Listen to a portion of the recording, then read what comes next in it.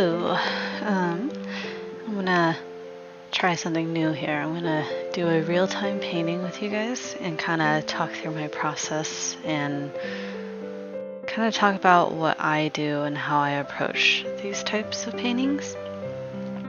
It's gonna be a long video, so bear with me. This piece took about an hour or so not terribly long. I start off by sketching kind of where I want the horizon line, specific structures in the painting. So for example, in this piece, I sketch out where I wanted the coastline to be versus where the horizon is, and then some larger rocks that I know will be on the right side of it. I don't usually get too detailed with my sketches during this phase.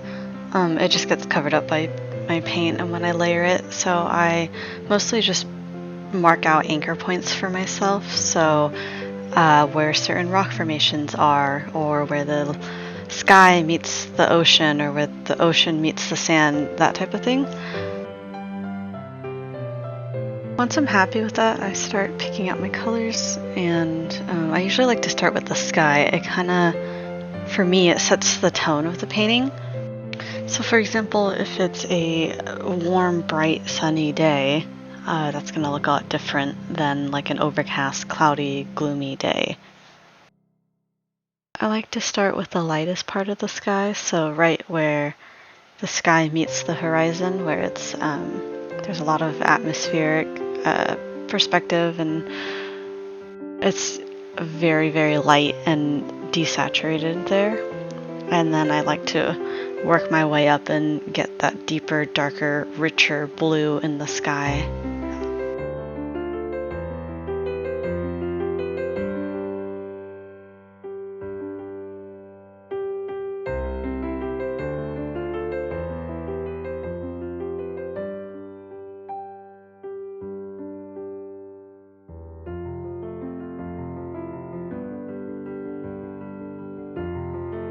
For this, I blocked in the next color a little bit above it and worked my way down to blend the two colors together. This is just something I like to do when I blend it. I don't know if it's like the right way to do it or the best way to do it.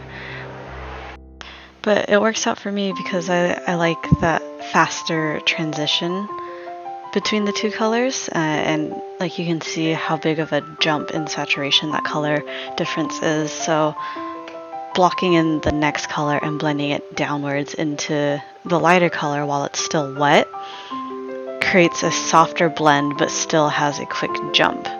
And then I do that again with the next darker color right above it, and so on.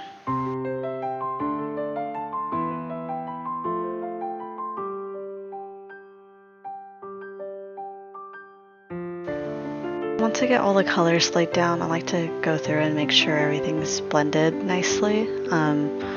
Whether it's just taking the brush as is and blending it down so all the strokes are even, or adding a little bit more water just to soften it up a little bit.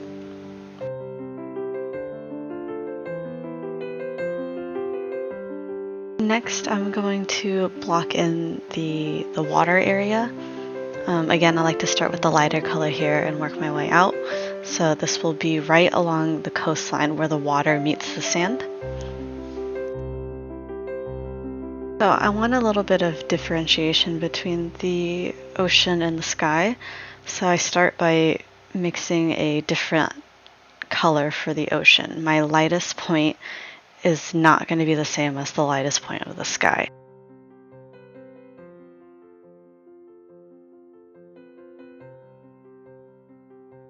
This is kind of like that anchor point that I was talking about earlier.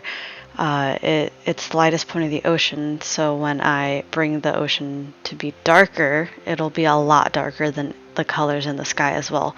Even though, as you can see, I'm using the same 4 shades of blue, I'm able to get a lot of depth into the ocean by just taking it to the next step, darker value of blue.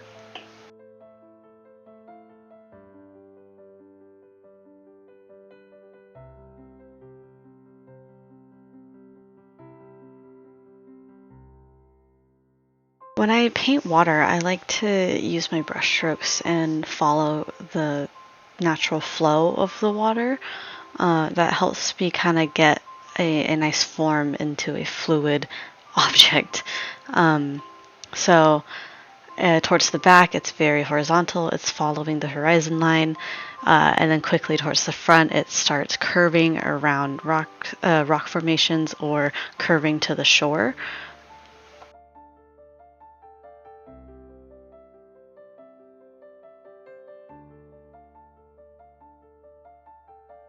When I block in colors like this, using my brush strokes to give these color blocks a little bit of form helps me in the later steps when I start layering on top of it to kind of know where things are flowing and where things are going in relation to each other.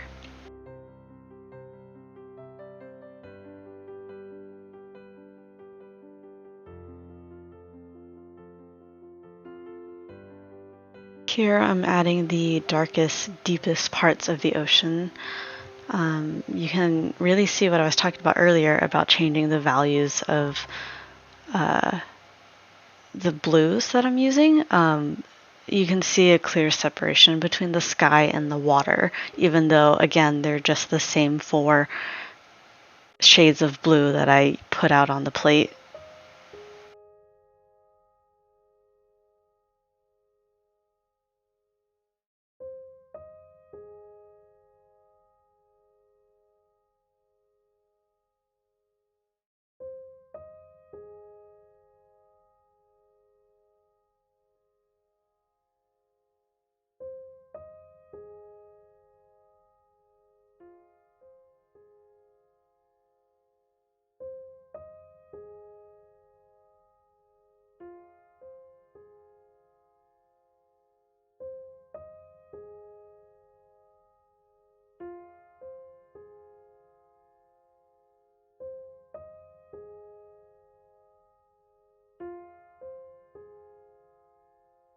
Next, I'm picking out some browns and sandy colors because we're going to do the rocks and the sand on the other side.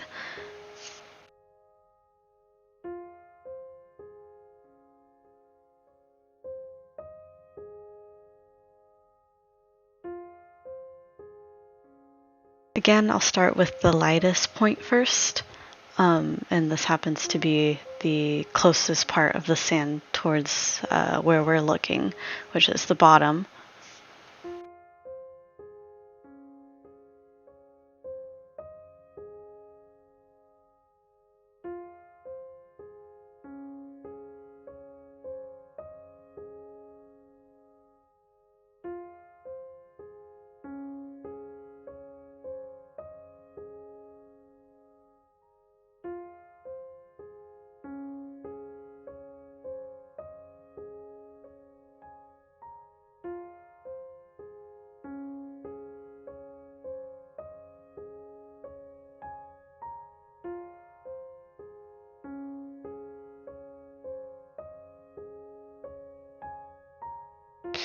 So again, I'm using my brush strokes to kind of help me form the landscape.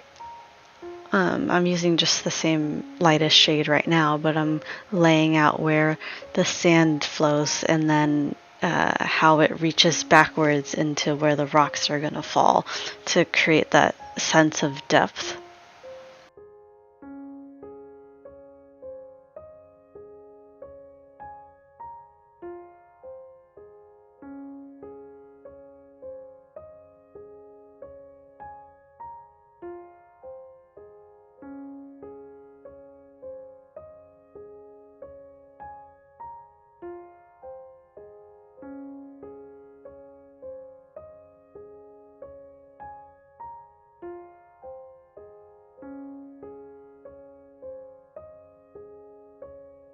Now I'm mixing up some colors for the rocks. Now I'm going to block in the rock formation starting from back to front.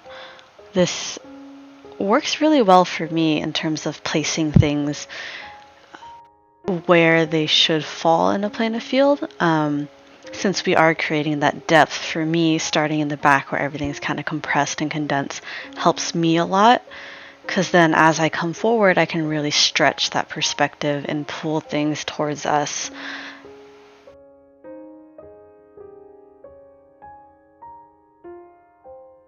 I'll start back at the horizon line.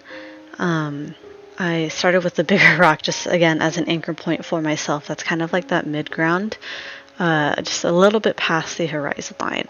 And then I went back and added some very, very distant rocks right on the horizon line.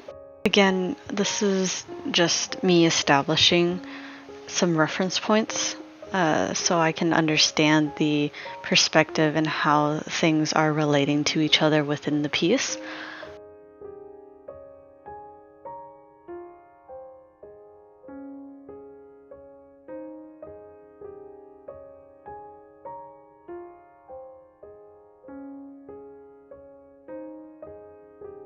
As I'm doing this, I'm very careful with my brush strokes to, again, establish the shapes of the rocks, even though it's just one color that I'm using right now. It's so I understand how these shapes are interacting with each other as I'm painting it. I'm not sure if that makes a lot of sense, but if you watch how I paint these rock shapes, you can kind of see I'm really creating that form of the rock. I'm painting that outline and filling it in of where each rock is.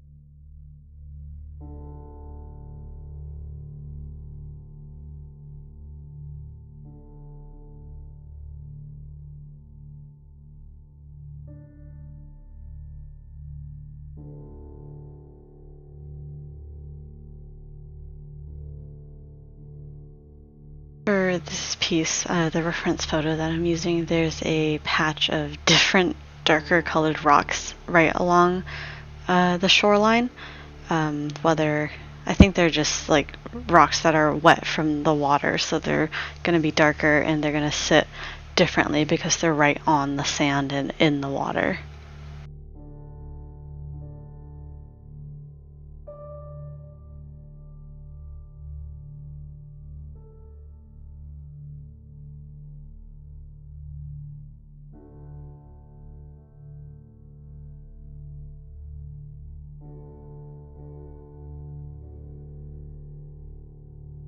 Now that I've blocked in the bigger shapes of everything, I like to start with darker areas to define these shapes even further.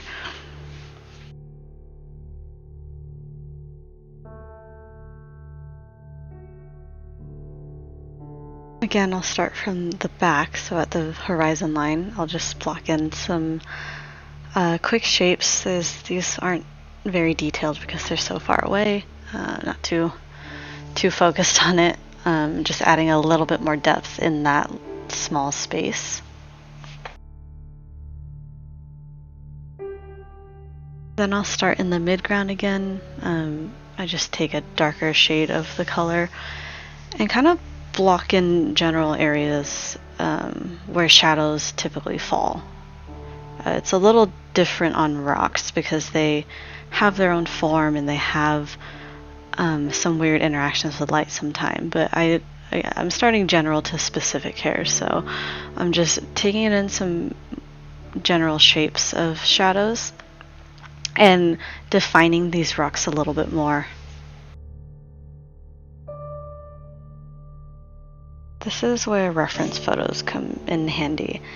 Like I said, rocks typically have like these odd shapes to them, so they don't interact with light as on a simple level like a cube would.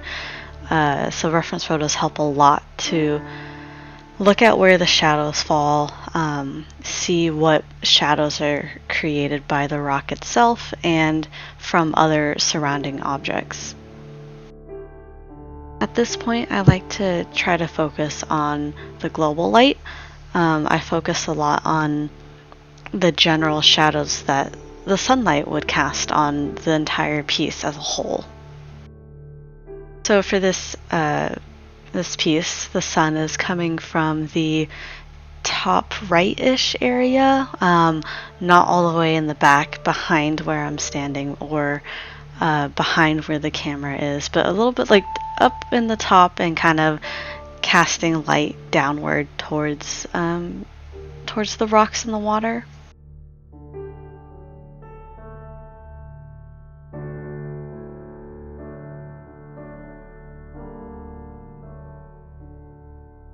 At this point, it doesn't look so great, but I like to remind myself that I'm focusing on establishing form and shape of these rocks. So blocking in colors and not getting too detailed with the blending or the shapes and the edges of the rocks is important to get the lighting right. I really am just blocking in the dark areas of the rock to establish that 3D form of it.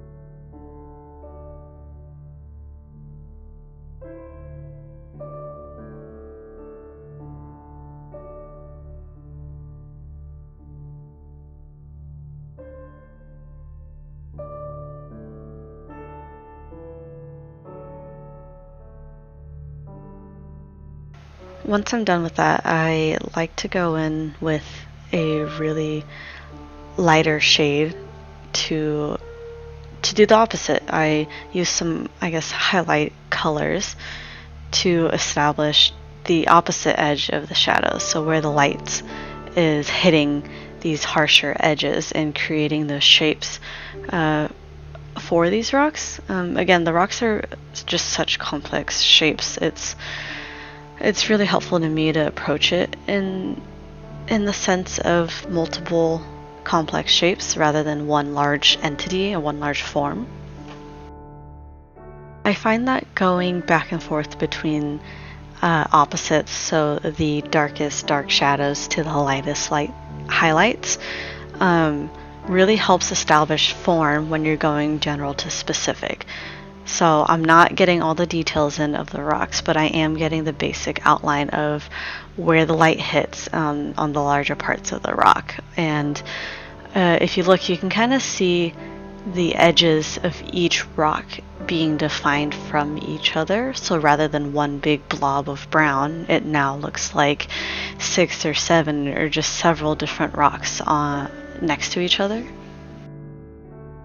Going back and forth between the opposites It kind of just helps my brain understand what I'm painting. I can't really envision only the darkest darks of the rocks without envisioning the highlights of the rocks as well. So I like to go back and forth and slowly get down into the details from there. So sometimes, because it's complex lighting, you can see I put a highlight right on the edge of that shadow right there because the rocks, that rock sits in front of those other ones. So having a differentiator between those rocks help again with that perspective. So again, this is why going back and forth between like the lightest and the darkest areas helps me comprehend what I'm working with.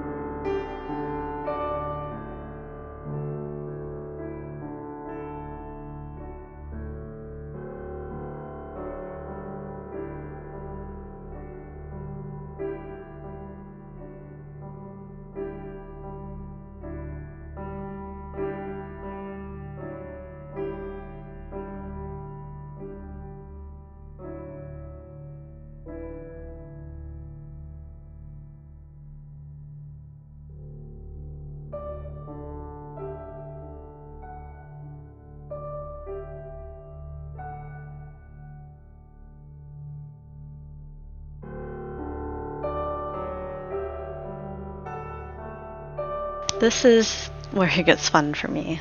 Since I'm working from general to specifics, I go in and add the darkest points of these objects. So before I was blocking in where the dark shades were versus the light shades, and now I'm just taking it a step darker and refining those edges, starting with the dark shadowy edges. So right here I am making the rocks right along the water very, very dark, since again the light's coming from the top right-ish area. That bottom point where the rock meets the water is going to be the darkest.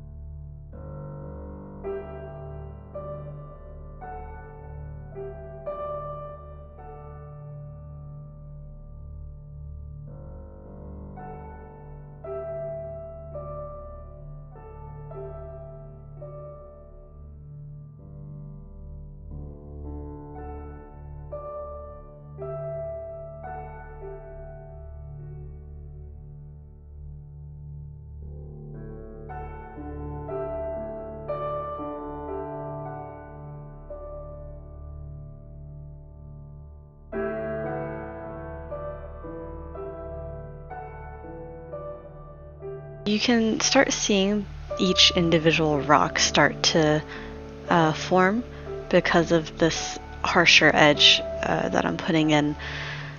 The rocks are starting to stand out from each other. It's not one big blob of the same brown. And I'm just slowly building up more of that lighting effect.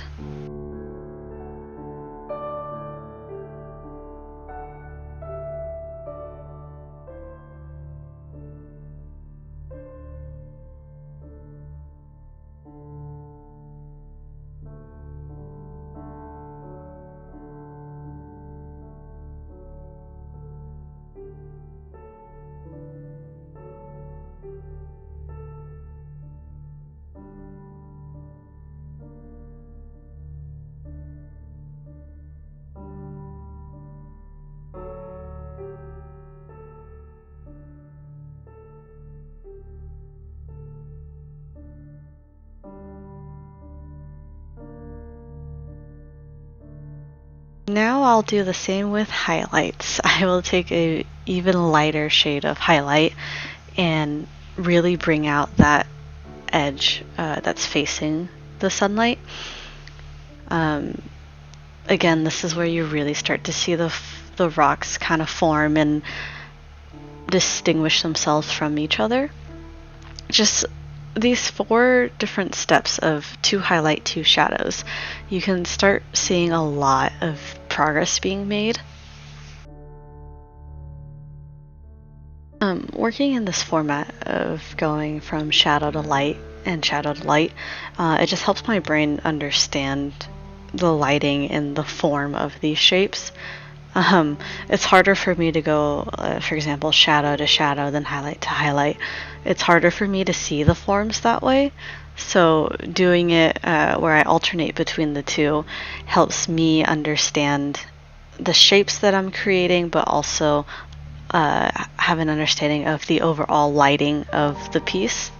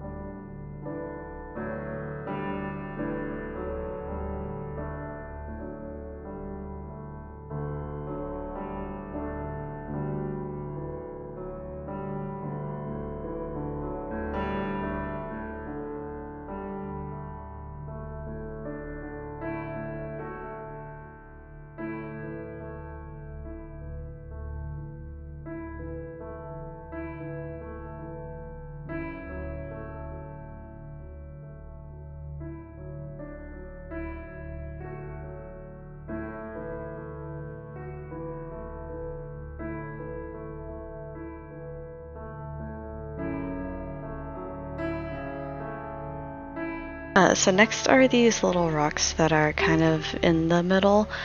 They're a different shade and they sit differently and are formed differently than the other ones, so I did them separately. But I'm going to approach them the same way. I am putting in that mid-tone color of the actual rock to establish where each of the rocks are sitting within the space. And then I'll just go in and do the same technique of shadow, highlight to really define those rocks.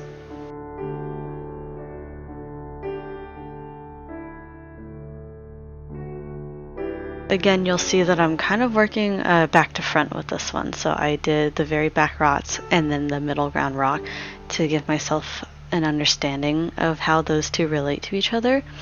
Now I'm going in with these this next layer down of rocks and establishing how those are sitting in between those 2 points.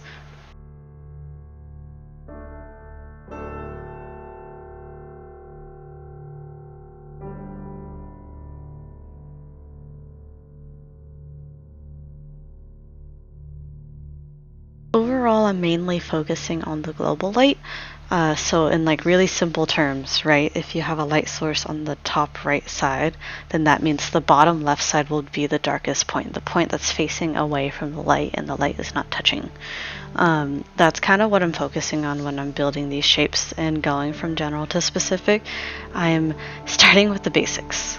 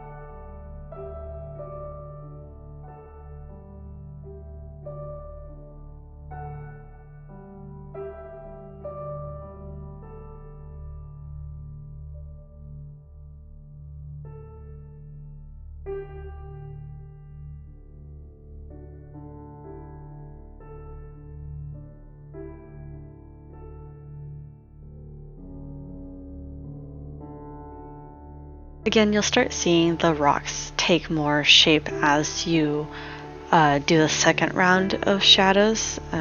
You're really defining the shape of the rocks at that point rather than just filling in what the colors are.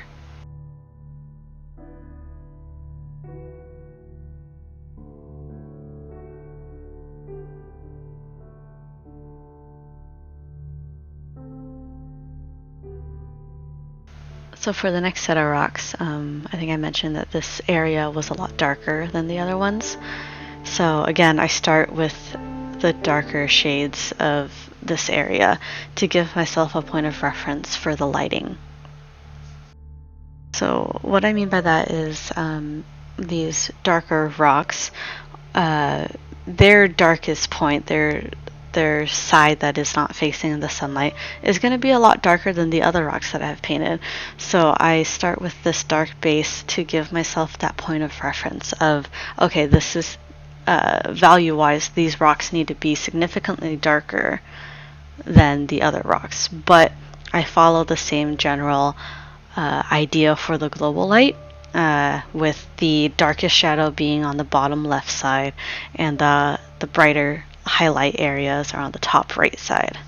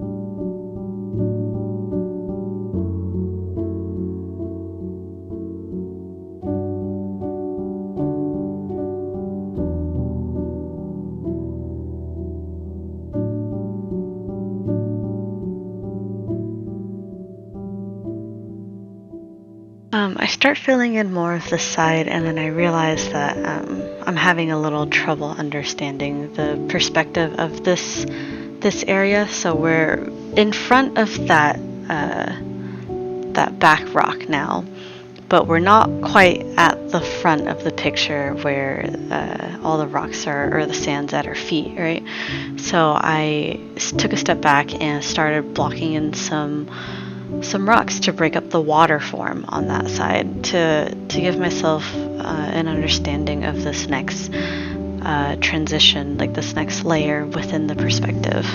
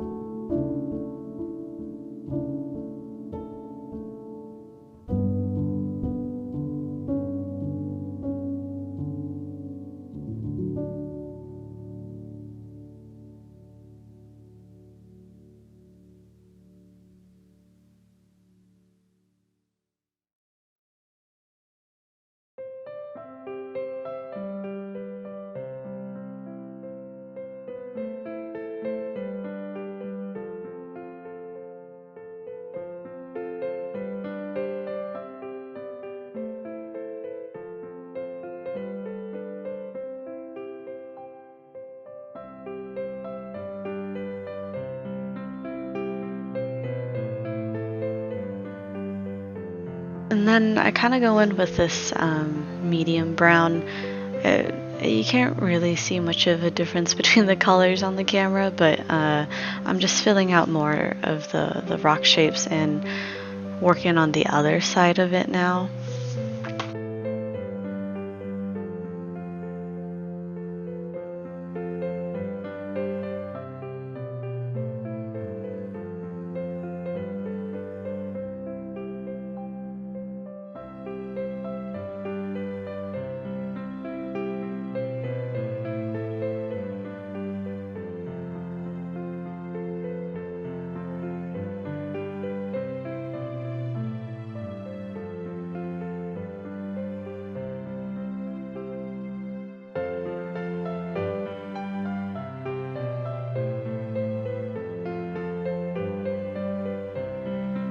And then just using that same idea, I'm jumping to the highlight side of the rocks to really pull out these forms.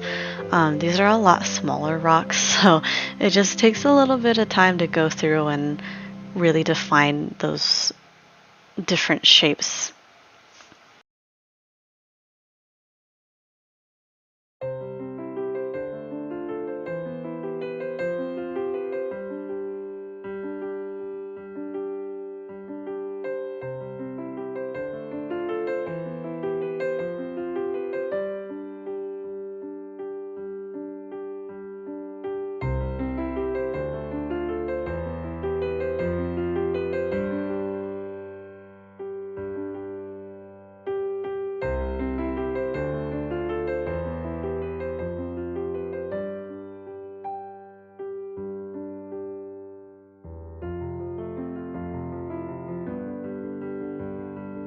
Now I'll do the really high points to highlight to further differentiate the different rocks from each other. This really helps me break up that darker blob of color. It really brings more form to the rocks themselves.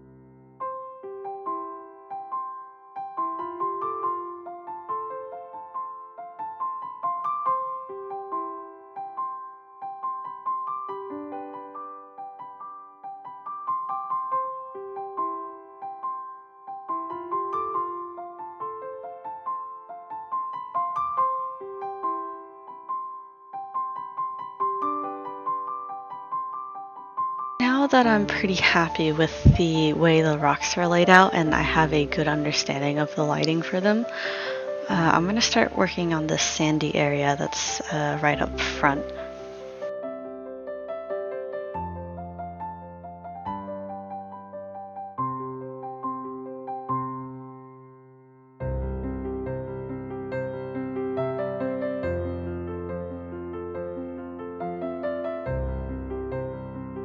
This part was interesting to paint because the sand gets darker closer to the water, obviously, because it's wet from the water and it's darker.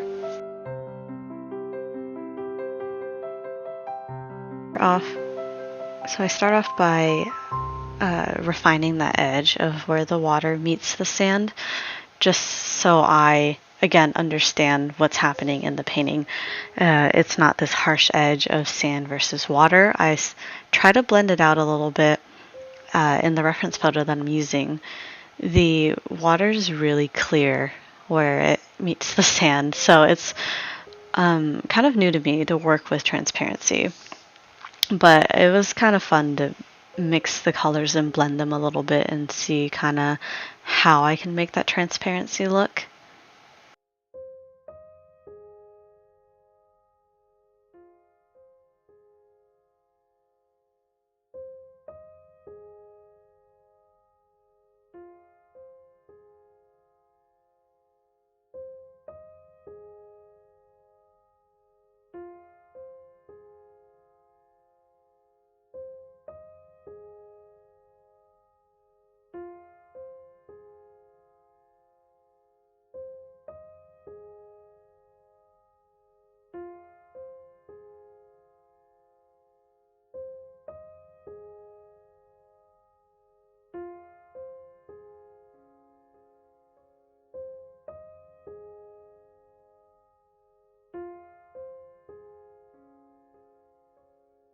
Once I define that curve of where the water washes onto the sand, I start blocking in some more rocks to break up that sandy area so it's not just flat and it doesn't look like it's just going straight into the other rocks. I'm establishing more perspective here by adding in these rocks and how they lay.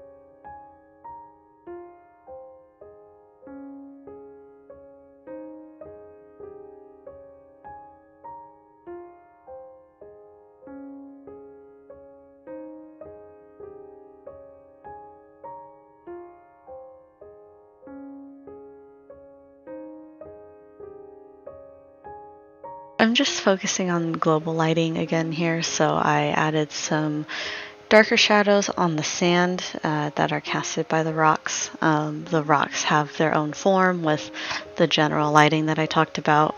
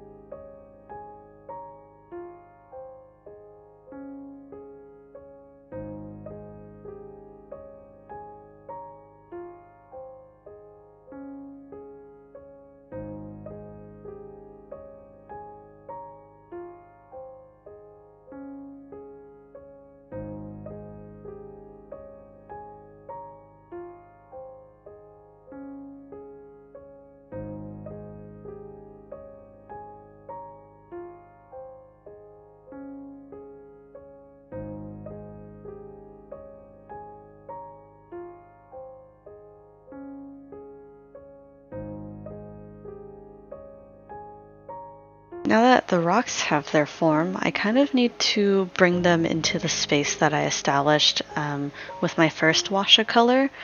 So that means having the shadows in the water where the rock kind of goes under the water a little bit more.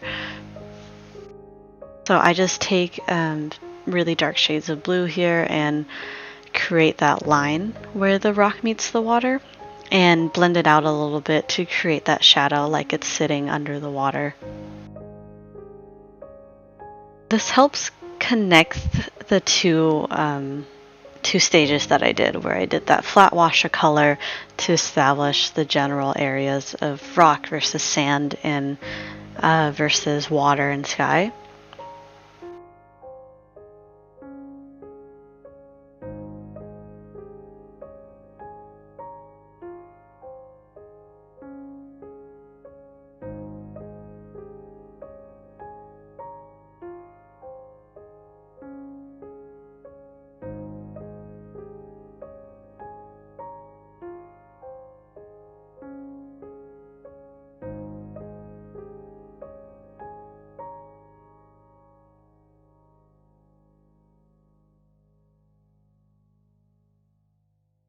After the dark areas, of course, I'm going in for highlights. Doing highlights for the water, I'll start from the back to the front again to just help myself understand the depth in this. So the high points I highlight that only show up at a distance, so you can't really see any other details from a distance. And I'll start bringing it forward and decompressing the landscape.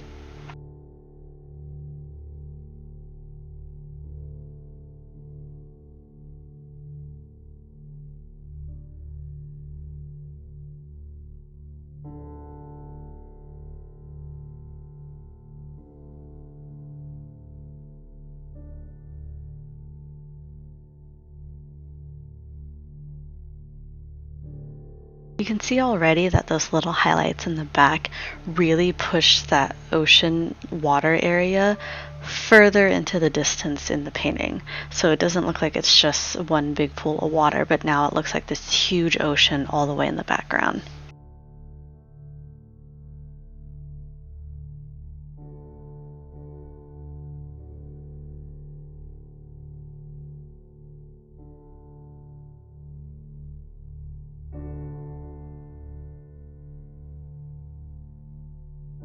Oh, I jumped to the front here where the water meets the sand because I was really interested in this transparent look of the water washing onto the sand.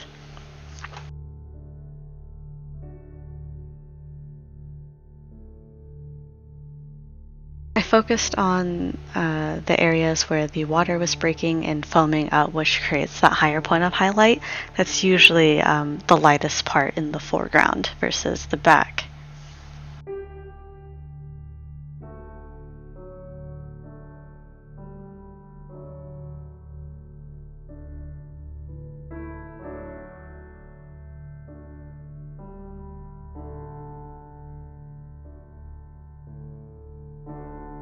I jumped back to the middle ground area because I realized that couldn't really see the form of the water and the flow of the water. So I jumped back to this back area to create that flow of the water that transitions from that really flat, distant ocean to the forward, like, water rushing onto the shore. I had a little bit too much paint on my brush, so I ended up putting in high points of highlight kind of all over the middle ground. And then I went back and kind of smoothed everything out a little bit after that.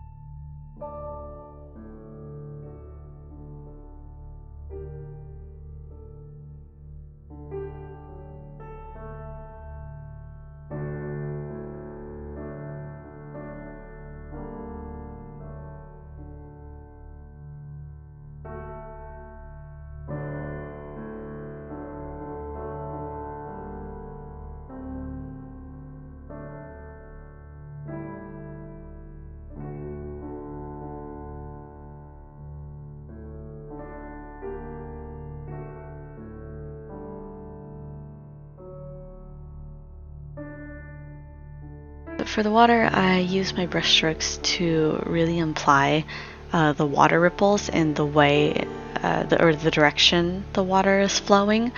So as you can see, it's not just left to right water flowing the entire time. In the horizon, yes, it appears to be flowing left to right, but as it comes around in front of those rocks that break up the water, it flows around. It has a curve to it, and as it gets more towards the shore, there's this curving effect, and it's just coming right at you.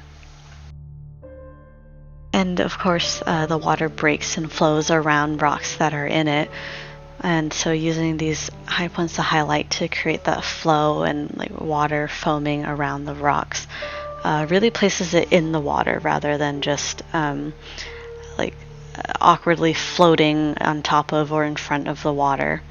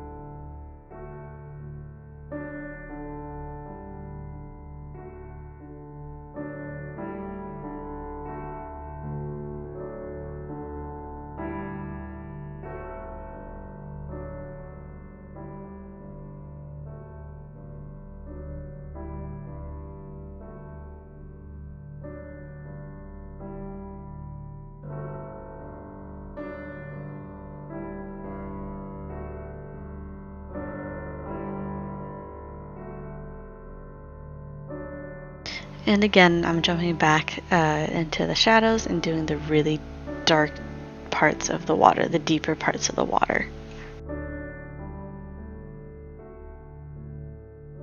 Again, I'm keeping in mind my brush strokes to follow the flow of the water.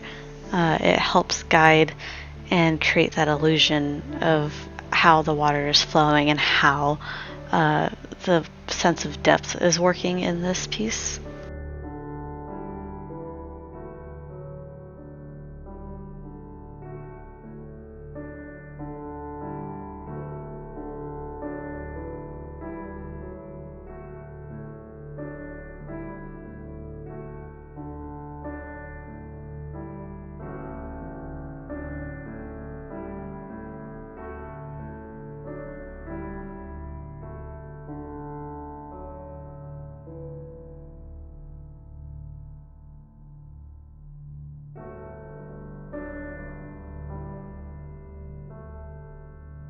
And adding the really, really dark shadows of the rocks help it seem like the rock is in the water and not just floating on top of the water, but it's in the water and the water's flowing around it. It really just kind of grounds everything.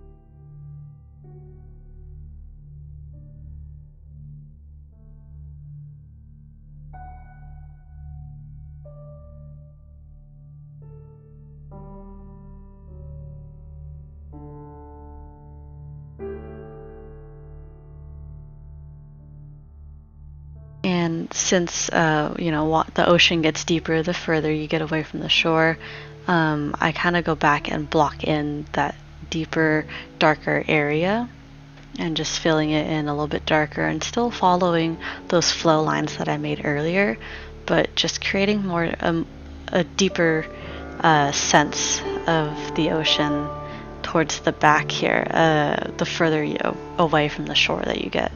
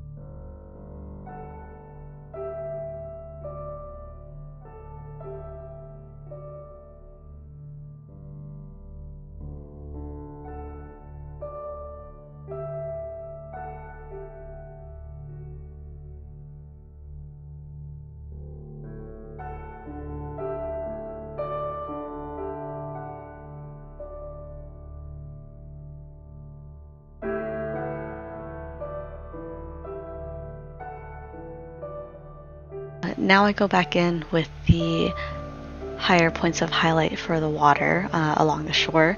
This is the fun part. This is where you see the water breaking and foaming along the shore and spreading out and flowing around rocks. This is where you really get that water texture in. It's a lot of fun to do.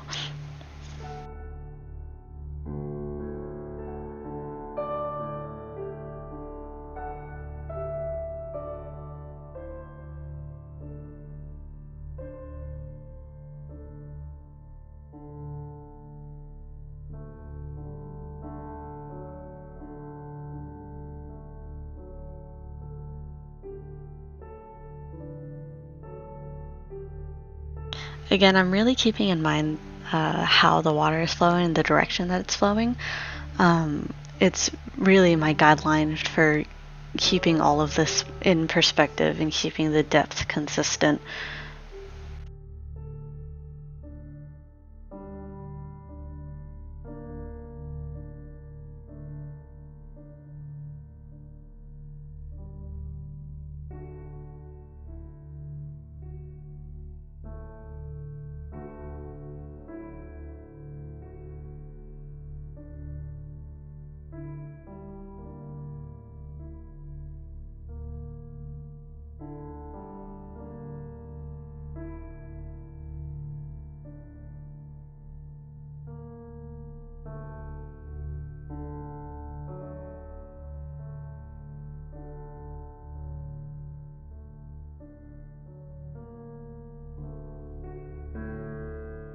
Now it's time for clouds. I love clouds. Honestly, I'm still learning how to paint clouds better. I have a lot of trouble, well, with a couple things for clouds. First is over the overall form of the cloud. The form and shape of the cloud I still kind of struggle with.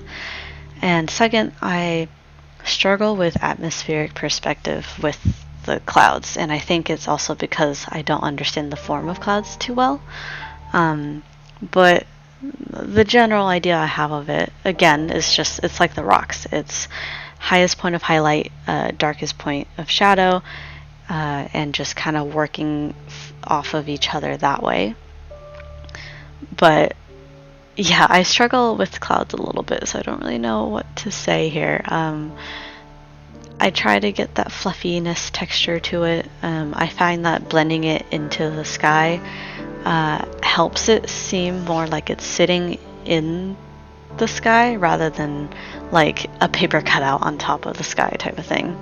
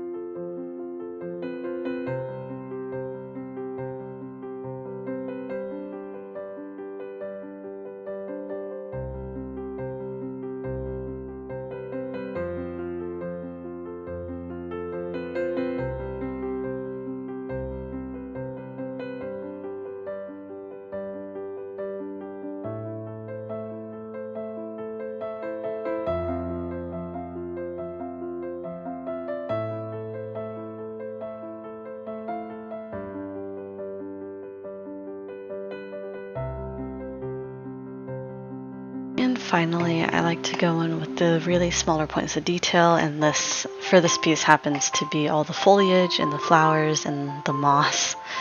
Again, I'm just the same approach, starting from back to front, general to specific. I'll start with shadows and bring in the highlights after that to define it. Since these details are a lot smaller, I don't really need to create that form as much. It's more about implying those forms, at least for my style of painting landscapes. I like to just kind of imply that these plants are there. You know, I'm not drawing every single leaf and every single edge, but it's more of getting in that color and blocking in how they sit on these forms that I have already established.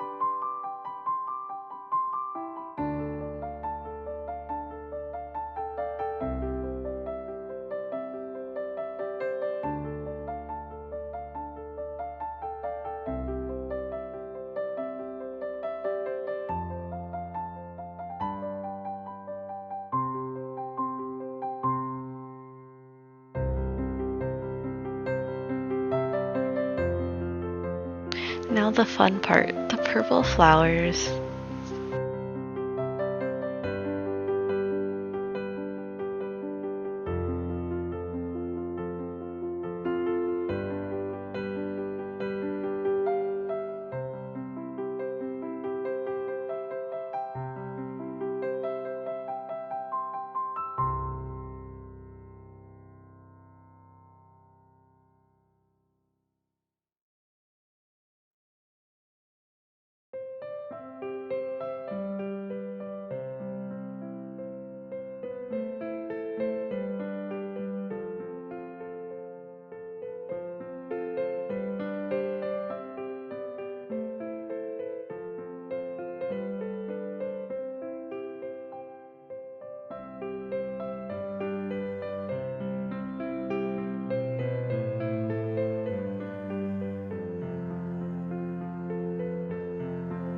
And of course, the tape peel.